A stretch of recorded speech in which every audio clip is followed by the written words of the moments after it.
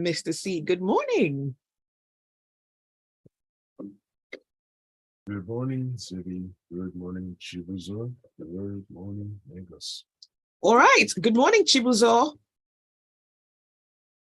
Okay, Chibuzor is joining us online, and we're going to try to figure out why we can't hear him. But let's go on to start the show. The WhatsApp number again, 0809 440 981, and you can also tweet at Smooth981.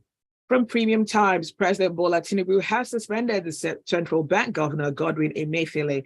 Now, this was revealed Friday night in a statement by the Director of Information at the Office of the Secretary to the Government of the Federation. Okay, so we finally got in here.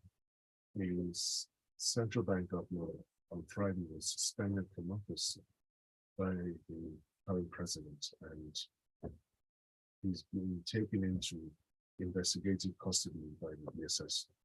Now, we saw this coming a while ago, and it's no surprise here. Did we see it coming? Yes. Some of us who follow events and connect the dots saw this coming, because during the campaign period, the current president, in one of his events, did say that the Naira redesign policy was deliberately aimed at him to reduce his chances or eliminate his chances of winning the election or being declared the winner.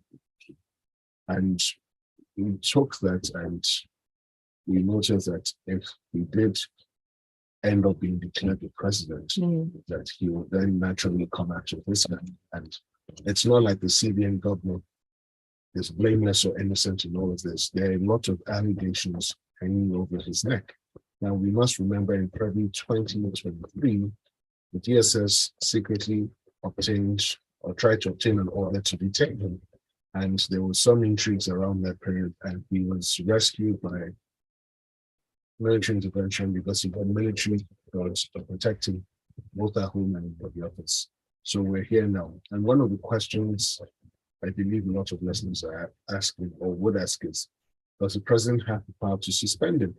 Now, whilst the CBN Act of 2007 is not explicitly direct on the issue of suspension because it's not directly mentioned.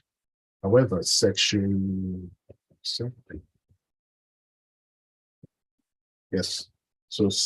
11, subsection 2C deals with a situation where he no longer occupies that office. And it says the person shall not remain the governor if he is guilty of serious misconduct in relation to his duties under this act. Now, part of the official reasons for him being suspended and then subsequently being detained is that he has seriously misconducted himself in office during the said period of his tenure, and those acts are being investigated with a view to determine the extent or culpability of his actions during the said period. Now, what is the effect of the suspension? Are we likely to see him come back? Now, the only other time the central bank governor was suspended, and that was Mr. Edo State Schools, he did not return to office, but then he had been appointed the Emir of Kano. In this case, we don't see Mr. Emefiele returning to office. So this is just the beginning of his exit from the office. Now, he was supposed to leave the office of Central Bank of Governor in 2024, that is next year. And it is unlikely this present president would have retained him. So he's gone now, and whoever is appointed to step into that office would only serve out the remainder of the unexpired term of office. So in this event, who should we expect the president to appoint into that office? Well, we expect that the president will appoint someone who has a strong grasp of macroeconomic policies, and will probably be seeing someone who has a strong economic background, who's probably done a couple of degrees in economics, so who's demonstrated that he has not only good understanding, but he can understand macroeconomic policies, he can draft them, he can tweak them. So we're looking forward to an announcement in the coming days. And I'm sure that this announcement will come once The National Assembly appointments have been sorted out. All right, now let's move on to. Do you want to add something? Yes, can you hear me? Yes. Yes. So definitely. I have two issues. I have two concerns, not issues. Obviously, the way that one of my concerns is the use of the DSS going forward.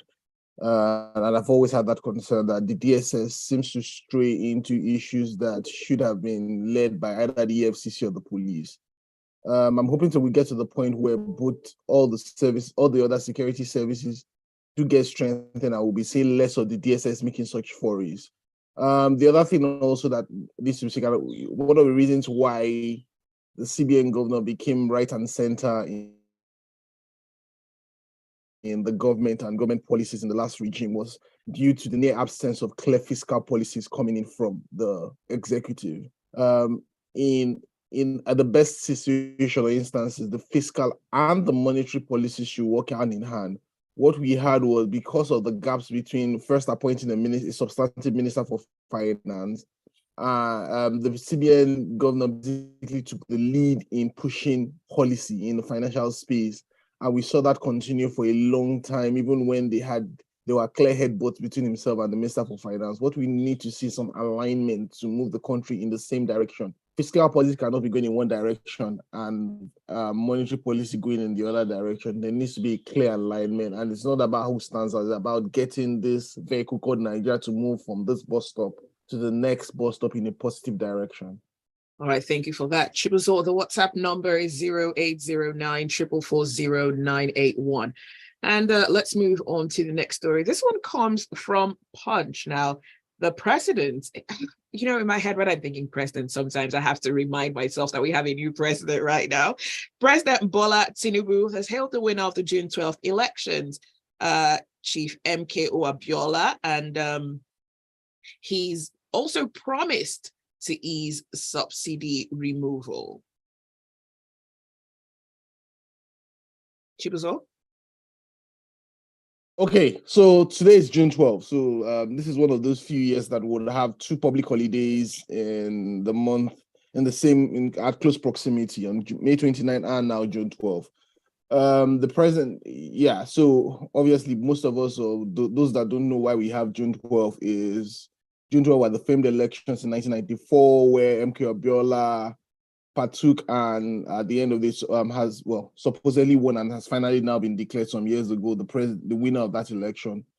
He never got to sit here standing as president, but obviously he was declared as winner of the election years after the election, and that also triggered a set of events to which we have gotten to, which finally led to our current regime, our current democratic regime and current democratic system. So the president has done what he needs to do, does what he needs to do, what is typical with this day, which is to praise the winner of the election, praise his virtues, praise all the things he did about. And it's a bit sad for me as a Nigerian to say that many Nigerians still look back at that election as one of the few elections that largely bridged the gaps across the country, where we had one standout candidate where people actually stood behind across board, across religions, across ethnicity, across various, and that spoke to the nature of the person. Other issues around him obviously are different discussions that happened afterwards, but that election in itself stood out. It wasn't perfect, but it did stand out. Now, the president has also spoken about his promise to alleviate the impact of the subsidy removal to Nigerians, the various things that at the moment, what we're seeing is a promissory list. As Nigerians, I think Nigerians are still waiting to see specifics on what will be done, at least at the national level, at the national level. We're seeing some states taking some individual moves of their own, but at the national level, what we are hearing so far are promissory notes, promises about what we will do. It's talking about the investments that will happen in the course of the period, and the investments don't happen overnight, to be truthful. So Nigerians should brace up. But I think most Nigerians, especially the ones who have been heavily hit by the impact of subsidy removal, which has happened across board. And let's not kid ourselves. It's not, when people say it's only 10% of people are enjoying or 5% of people are enjoying the impacts of the subsidy. Yes, those guys who are collecting subsidy directly and those who maybe benefited collecting gap payments or subsidy or whatever they collected are maybe the 1 or 2% or less than 1% in reality. But if you talk about the full impact of subsidy payments, you can talk about things as little as having to grind pepper in the market today have been increased by subsidy. Even your real estate costs. I have landlords who have increased the possible prices of their houses overnight, and they attributed it to subsidy that they have to pay up for the additional fuel costs. So it has a large impact because don't forget that we are talking about the country where there is little infrastructure that is working. A lot of things are dependent on moving stuff on the road. Power doesn't really work, so everybody has an alternative. Your barber uses a generator. Everybody has their own small. That's why we have that better pass my neighbor generator idea. So not everybody's running on diesel. So it has far-reaching impact. So yes, I think the people are earnestly waiting for the palliatives or the instances that the government needs to roll out to ease the impact of subsidy. I think one major thing for me is, and there are quick wins. Yes, infrastructure is long-term, but things like even mending the available roads. Third Mainland is in a horrible state, and I speak for someone who works in Lagos. The traffic we have a lot of, which will cost me to spend more fuel than I usually need to, is caused largely due to the fact that the road is messed up. Those small things, rolling out those repairs of roads, will alleviate those things for some of the users because that's where a lot of the guys spend time and spend cost on the road. So we're waiting to see what the president does. And yeah, it's still early days, but those things need to roll out quickly. All right, let's look at some messages that we have coming through via WhatsApp. This one is from Dami. Dami says the theory of the independent central bank was wounded by the Jonathan administration, killed off by the Buhari administration, and buried by the Tinubu government. Good luck to us all. Abbas says the court settled this suspension of the CBN governor in 2014 when Sanusi was suspended by the president, Jonathan. Now, the ruling was that the president can suspend but not sack the CBN governor. Emefiele has terrorism cases against him, and that's why the DSS had to come in. And Frank says, I'm glad that Emefiele was arrested. At least he knows where all the funds and those eating fat from Nigeria's purse are. I hope they would allow him to talk and it wouldn't be a case of off your mic. I believe this case could die easily if it would boomerang. All right, keep the messages coming. You're listening to Freshly Pressed on Smooth 98.1. Stay with us. The show continues.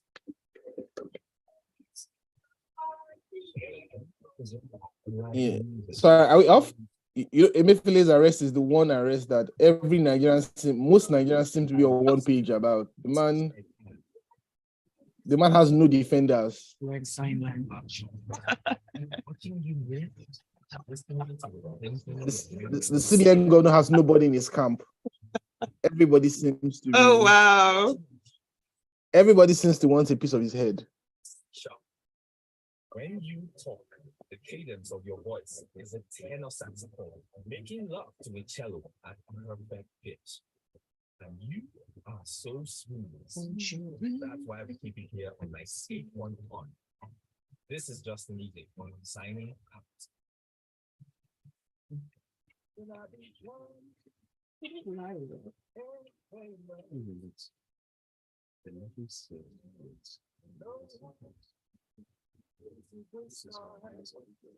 Oh, right, definitely. Hi, people, my name is Trey, and if you like music, stay tuned.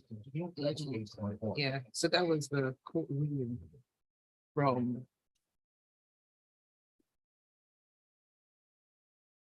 You're listening to Freshly Pressed on Smooth 98.1. Our analyst this morning, Mr. C and Chibuzor. Let us know what your thoughts are. 0809 444 0981. You can also tweet at Smooth981. We're streaming live on YouTube, so you can catch the live stream. Just search for Smooth981. And don't forget to subscribe so you don't miss out on other live streams all across the shows. Let's go on to this one coming from Daily Trust. The Edo State government has now disclosed that public, basic and junior secondary schools will operate 3 days in a week, and this is going to start from the 13th of June. Okay, thank you. So, on the back of the initial announcement by the Edo State government that workers in Edo State civil service will work for 3 days a week, we then get this announcement that public basic and junior secondary schools would only operate for 3 days a week, specifically Mondays through Wednesdays each week. Thursdays and Fridays, they have to stay at home. Now we can connect the dots because if the state civil servants, of which teachers are part of, are to get 2 days off, then it only goes to follow 2 days working from home. 2 days. Okay, 2 days working from home, right? It only goes to follow that the teachers would also have to get 2 days working from home. Now, I have a couple of questions. One, what happens to the senior secondary school students? They're still ostensibly doing Mondays through Fridays each week.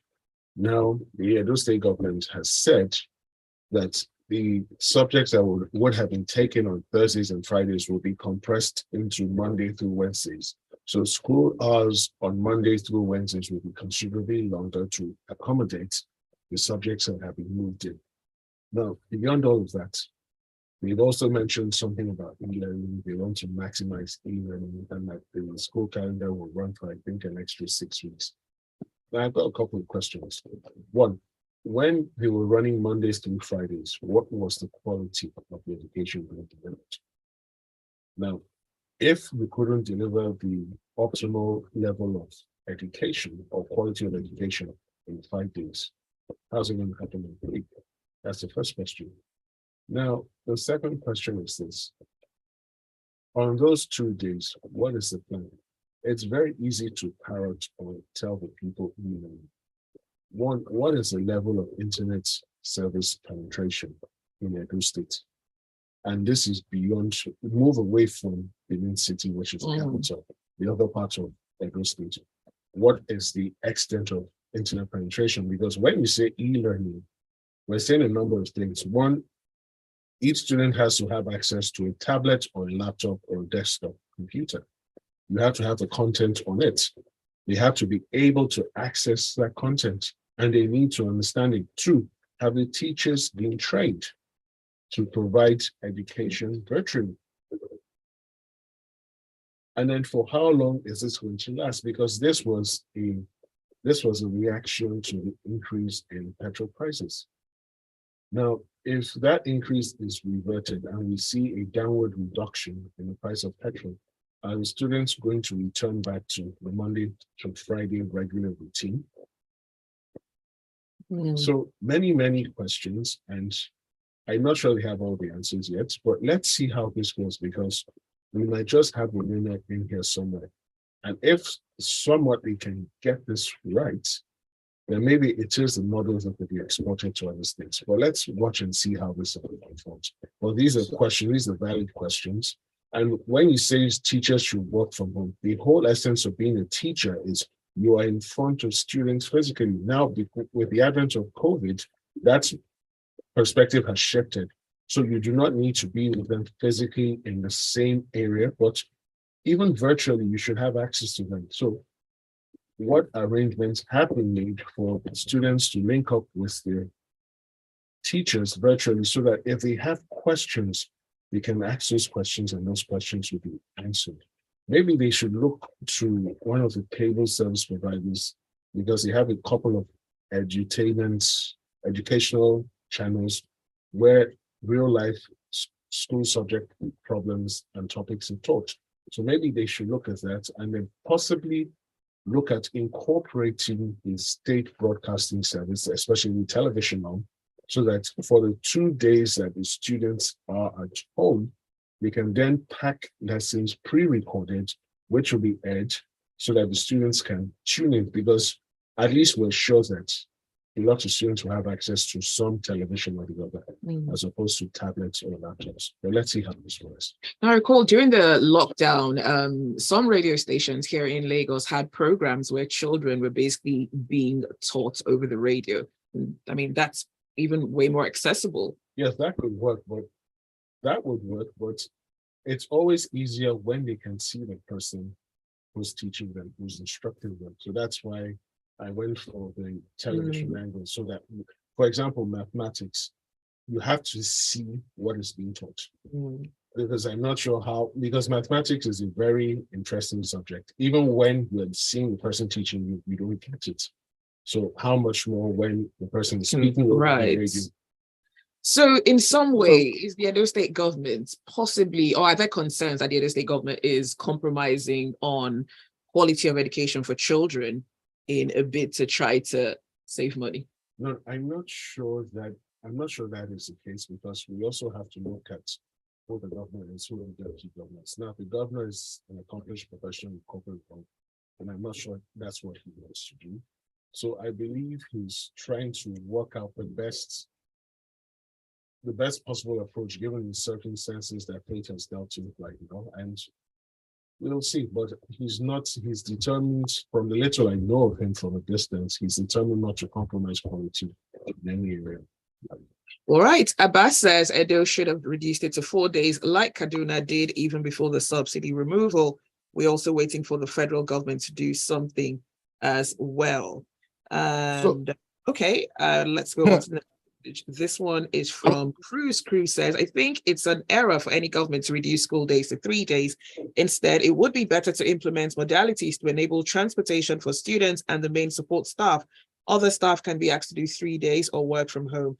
Working from home is still a challenge for the private sector.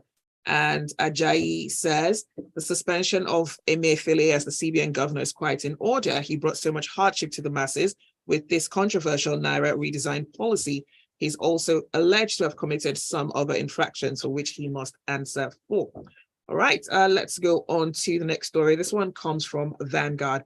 The federal government, through the Livestock Productivity and Resilience Support Project under the Federal Ministry of Agriculture, has made the Farmers Group and Cooperative Society a model to mitigate the farmer-header conflicts across the nation.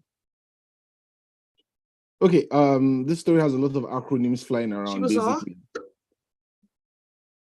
Chibuzor.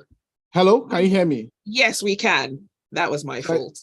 Okay, so basically this story has a lot of acronyms flying around. There's the Livestock Productivity and Resilience Support Project, LPRES. There's NFGS, which is the Nigerian Farmers Groups and Cooperative Society, and loads of backlash and all that. But basically, the crunch of the story is that there is the NFGCS model, which is basically a farmers cooperative model, and what is being said is that that this would reduce the conflict, some of the conflicts between the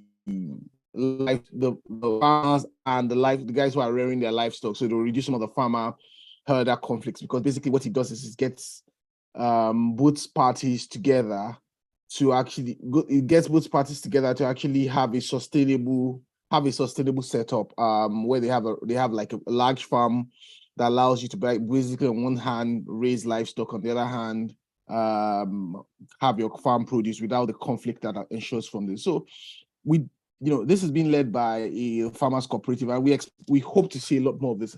I think about the problems that we have, and what they're also asking for the chairman of the convener of BAT-CASH, which is the National Farmers Forum Cooperative. That's a Red Center. They is asking for more support, to be able to asking for more support after this current farm that they showed somewhere in Kokona local government in Nasarawa State, and after they showed of the benefits and the output of this farming somewhere in Kokona in Nasarawa State. So they're asking for more support from the federal government and from the government to be able to push this forward.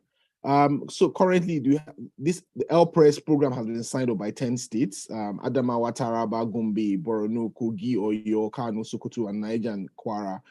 And if I recall, this was some of the solutions that were brought out to try and sort out the ongoing, the issues that we have had with the livestock and the livestock rearers, or the cattle rearers in quotes, and the farmers, and the constant conflict that they've had. I do think as an individual, and my opinion is I always believe that the cooperatives are one way to solve a lot of the problems we have in the agricultural sector. Not only in trying to solve some of the conflicts that we have, like as in given in this instance with LPRES, but as a larger solution to a lot of the ways of how do you even sort out things like availability of farm produce, how do you sort out issues with how getting farmers to get a living from their activities, the what do you call it, these groups are your cooperatives are very useful because they aggregate all these farmers and they aggregate all these people in under one umbrella. You can actually talk to them and hear from them. It's not just about telling them what to do, it's also hearing from them. What are their problems? Trying to help them solve those problems. These things are not new, they are not new constructs. They've been here for a long time. What I would like to see a lot more is that signage or that linkage between these groups, the Ministry for Agriculture, and all the groups that should be working with the Ministry of Agriculture, the guys who are buying up excess produce from those farmers and giving them a working wage for the outputs that they've done, the people who are storing this excess produce, the guys who are helping them, innovate, doing things better on the farms than what they are doing, helping making their burden better, helping to coordinate some of these actions and activities that happen on the farms, and even things like the academia, where we see a lot more input by the universities and the educational institutes to actually help improve these places. Long term, we do know, and that's the reality for us, that as we keep having more issues, a lot of the conflict we have in the country today, a lot of them did seem to originate at some point from the lack of economic ability by some of the people who are there. And if you look at the academic activity that a lot of people who stay in those areas primarily partake in, it's farming and livestock rearing. And that's why the cattle headsmen became the boogeyman of Nigeria, a large chunk of Nigeria, because of the appearance of the fact that they were the ones that group seemed to be behind a lot of the conflict that we're seeing. So I think we would like to see a lot more of this kind of efforts to bridge those kind of gaps, and obviously to also drive us to the points where we are self-sustaining when it comes to food. At least we're producing enough to feed ourselves, and we're producing enough or more than enough to be at the right. All right, we have a couple of minutes. This one is from Vanguard. The leadership of the National Union of Road Transport Workers and Ondo State government are on a collision course, and this is over the suspension of their activities and the inauguration of a park management committee to oversee the affairs of the union across the states. Oh, okay. Chibuzor? Basically, the state has taken the Lagos State model. The Lagos State model, this is similar to what has happened in Lagos State, where the NURTW and I think it's RTEN were both suspended and replaced by a park management committee. The guys in the unions are fighting over it, and they're fighting over their crumbs, because obviously the 1% that they get from union dues or the various tickets the issues are going to be affected largely. So my major issues with most of these unions is that, what do these unions really stand for? What do they actually do for the members? Apart from collecting tickets and at every junction and every roadblock and helping to being a tool when it comes to elections and political season, and also being facilitators of political patronage, what do these unions do for their members? Unions typically stand for their members or protect their members. The only protection I see in places like Lagos and parts of the country is that most of these vehicles get exempt from VIO checks while VIO officials tend to stop, or traffic management officials tend to stop other cars on the road. They probably don't touch the commercial cars because of the ability of the unions to actually come out. But apart from that, what value their members get? But hey, we can't solve two wrongs with one right. If these guys have a case in court, if these guys have an issue, let them go to court, like it's in the case of Lagos State. Let them try and get their joint there. Let's see where within the laws they can sort out their issues. They obviously have a right to be able to form their unions and right to proceed, but the states also have a right to protect its people from whatever acts that some of the unions tend to according to the state. But what we've seen played out in those states is basically replay what happened in Lagos State. Really, there's the parks and garages replaced the unions. The unions are now in court and they're jostling for power. But at the end of the day, for most of us, what we see is just a battle for political patronage, and who can help who get political patronage. All right, Ibukun says, on Edo State's government's 3 days for school, the government should consider if there is power for the devices, or will students and teachers have to resort to generators that run on fuel? Government-organized mass transit should be considered as well. Training for the teachers is important because during COVID, results declined even in private schools. And one last message from Pastor Jackmore. He says the father-header conflict is a very diabolical one, which we can only pray for divine intervention. Let's bury our individual ethnic sentiments and work for a Nigeria that emulates righteousness while leaving a terrific legacy for successive generations. All right, Pastor Dakwa, we're taking it to church on a Monday. Well, thank you for your message and thank you for listening. Special thanks to our analysts as well, Mr. C and Chibuzor, for joining us. You stay with us. There is a lot more to come on the Smooth Breakfast. The headlines. Thank you, Chibuzor.